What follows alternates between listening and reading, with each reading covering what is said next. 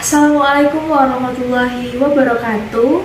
Halo anak-anak semua, gimana nih kabarnya pada hari ini? Ibu harap anak-anak sekalian dalam keadaan sehat walafiat, agar kita semua bisa mengikuti pelajaran pada hari ini dengan fokus dan tentunya dengan bersemangat. Sebelum itu, izinkanlah Ibu untuk memperkenalkan diri. Perkenalkan, nama Ibu Ade Priscilia Putri dengan NIM 0605 1182025014 dari kelas Indralaya. Pada hari ini, Ibu akan membawakan materi mengenai integrasi nasional dalam Bingkai Bhinneka Tunggal Ika. Tapi sebelum masuk kepada materi inti, Ibu akan menyampaikan tujuan pembelajaran kita pada pagi hari ini. Yang pertama, peserta didik mampu mendefinisikan faktor-faktor pendukung terjadinya integrasi nasional dalam Bingkai Bhinneka Tunggal Ika dengan baik. Dan yang kedua, peserta didik dapat mengidentifikasi faktor-faktor pendukung terjadinya integrasi nasional dalam Bingkai Bhinneka Tunggal Ika dengan benar.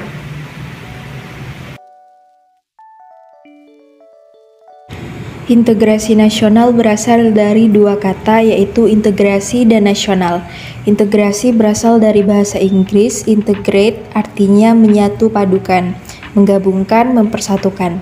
Dalam Kamus Besar Bahasa Indonesia, integrasi artinya pembauran hingga menjadi satu kesatuan yang bulat dan utuh. Kata nasional berasal dari bahasa Inggris, nation, yang artinya bangsa. Dalam Kamus Besar Bahasa Indonesia, integrasi nasional mempunyai arti politis dan antropologis, di mana secara politis, integrasi nasional berarti penyatuan berbagai kelompok budaya dan sosial dalam kesatuan wilayah nasional yang membentuk suatu identitas nasional. Sedangkan secara antropologis, integrasi nasional berarti proses penyesuaian di antara unsur-unsur kebudayaan yang berbeda sehingga mencapai suatu keserasian fungsi dalam kehidupan masyarakat. Syarat terciptanya integrasi nasional. Yang pertama, anggota-anggota masyarakat merasa bahwa mereka berhasil saling mengisi kebutuhan-kebutuhan satu dengan yang lainnya. Yang kedua, terciptanya kesepakatan atau konsensus bersama mengenai norma-norma dan nilai-nilai sosial yang dilestarikan dan dijadikan pedoman. Yang ketiga, norma-norma dan nilai-nilai sosial dijadikan aturan baku dalam melangsungkan proses integrasi sosial. Faktor pendorong tercapainya integrasi nasional yang pertama, adanya rasa senasib dan seperjuangan yang diakibatkan oleh faktor sejarah. Yang kedua, adanya ideologi nasional yang tercermin dalam simbol negara yaitu Garuda Pancasila dan semboyan Bhinneka Tunggal Ika. Yang ketiga, adanya tekad serta keinginan untuk bersatu di kalangan bangsa Indonesia seperti yang dinyatakan dalam Sumpah Pemuda. Yang keempat, adanya ancaman dari luar yang menyebabkan munculnya semangat nasionalisme di kalangan bangsa Indonesia. Faktor pendukung integrasi nasional yang pertama, penggunaan bahasa Indonesia. Yang kedua, adanya semangat persatuan dan kesatuan dalam bangsa, bahasa, dan tanah air Indonesia. Yang ketiga, adanya kepribadian dan pandangan hidup kebangsaan yang sama, yaitu Pancasila. Yang keempat, adanya jiwa dan semangat gotong royong, solidaritas, dan toleransi keagamaan yang kuat. Dan yang terakhir, adanya rasa senasib sepenanggungan akibat penderitaan penjajahan. Adapun faktor penghambat integrasi nasional, yang pertama, kurangnya penghargaan terhadap kemajemukan yang bersifat heterogen. Yang kedua, kurangnya toleransi antar golongan. Yang ketiga, kurangnya kesadaran dari masyarakat Indonesia terhadap ancaman dari gangguan luar. Yang keempat, adanya ketidakpuasan terhadap ketimpangan dan ketidakmerataan hasil-hasil pembangunan. Pembahasan selanjutnya ialah mengenai kebinekaan bangsa Indonesia. Persatuan bangsa merupakan syarat yang mutlak bagi kejayaan Indonesia. Jika masyarakatnya tidak bersatu dan selalu memprioritaskan kepentingan sendiri, maka cita-cita Indonesia yang terdapat dalam sila ketiga Pancasila hanya akan menjadi mimpi yang tak akan pernah terwujud. Kalian harus mampu menghidupkan kembali semboyan Bhinneka Tunggal Ika yang berarti berbeda-beda tetapi tetap satu. Keberagaman harus membentuk masyarakat Indonesia yang memiliki toleransi dan rasa saling menghargai untuk menjaga perbedaan tersebut. Kuncinya terdapat pada komitmen persatuan bangsa Indonesia dalam keberagaman. Keberagaman dalam bingkai Bhinneka Tunggal Ika meliputi yang pertama kebinekaan mata pencaharian, yang kedua kebinekaan ras, yang ketiga kebinekaan agama, dan yang terakhir kebinekaan budaya.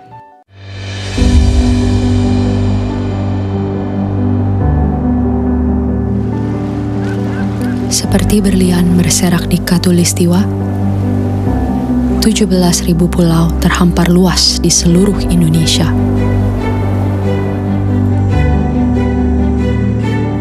Lebih dari 700 bahasa, 300 suku, beragam budaya dan agama,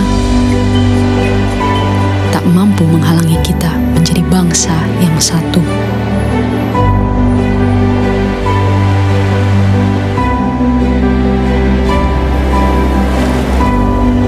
Pekerjaan besar memang untuk bisa melihat Indonesia dari mata yang sama dan bukan dari sudut pandang yang berbeda.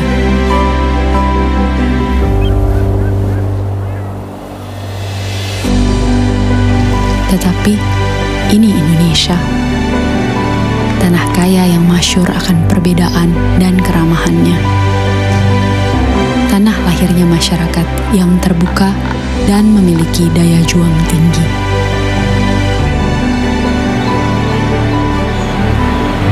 Cukuplah Indonesia diikat dan dirajut oleh Pancasila, yang di bawah naungannya hidup kita damai dan tentram selama berpuluh tahun.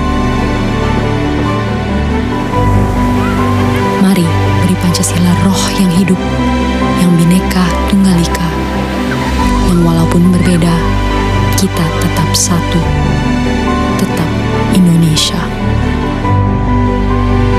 Bhinneka Tunggal Ika.